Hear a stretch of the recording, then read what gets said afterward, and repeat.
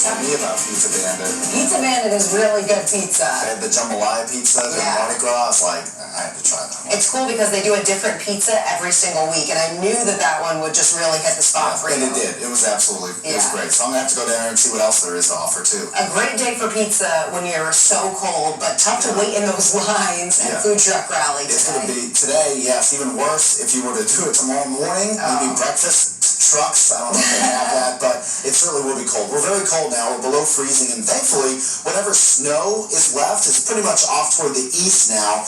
You're looking at really pretty clear skies here in the Miami Valley with snow off, pushing toward really Pennsylvania, New York, and a little bit up there in Canada as well, West Virginia. You still do see a little bit of snow in northeastern Ohio. We saw a little bit of snow up near Cleveland too. Certainly didn't look like late March, looked more like February, but here in the Miami Valley and parts of Indiana, we're looking at some clear skies. Now, with the clear skies, what little heat we did get from the sun today, the Earth is just going to radiate heat out into space. If there was a little cloud cover, it would kind of act like a blanket, at least keep some of that heat here down at the ground. But because it's wide open sky, a lot of that heat's going to just kind of float away, and it's going to help the temperature drop.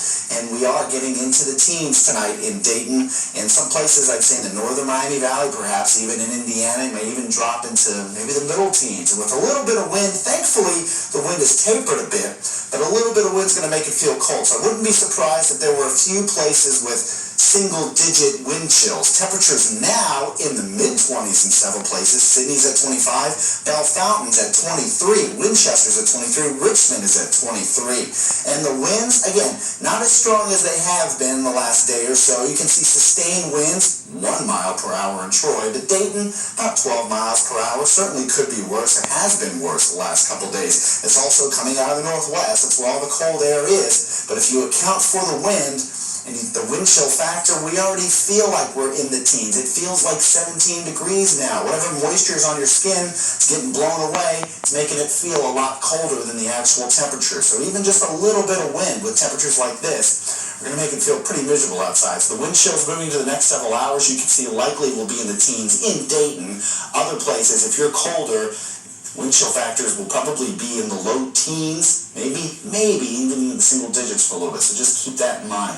The next 7 days, you see, we are cold to start off the week. At least tomorrow, we will see some more sunshine. So it will be a pleasant day, not as cold as today, but still pretty chilly, still below average. It's just we're waking up at 19 degrees. Tuesday, really not that different. I mean, we wake up a little bit warmer. I guess I should say a little less cold, but mostly cloudy skies, highs in the mid-40s, so a stray shower possible there.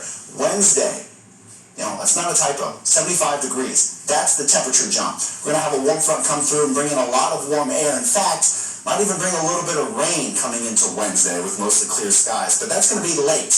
And then going into early Thursday morning, that's when we're going to see a few showers and thunderstorms perhaps early in the morning. Right now the severe threat looks fairly low, but we do see the chance for some rainfall, perhaps a couple thunderstorms early Thursday morning. And then notice as we get into Friday, Saturday, and Sunday, temperatures do kind of moderate a little bit. This is getting closer to seasonable for this time of year.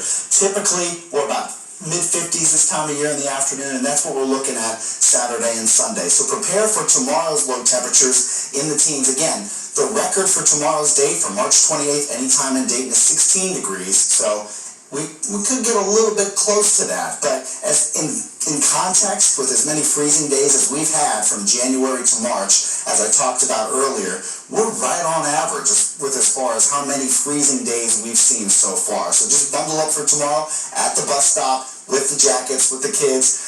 Turn the heater on, you're going to need it. In the afternoon, it's still going to be chilly, but at least it'll be in the mid-40s. A little bit warmer, I guess if you say. I don't even like to use that word. I'll say a little less cold than it was today. A little less cold, a great way to describe it. And a lot less cold on Wednesday, Robert. Thank you. For the second time in 3 months, a wildfire in Colorado threatened hundreds of homes, forcing thousands to find safety.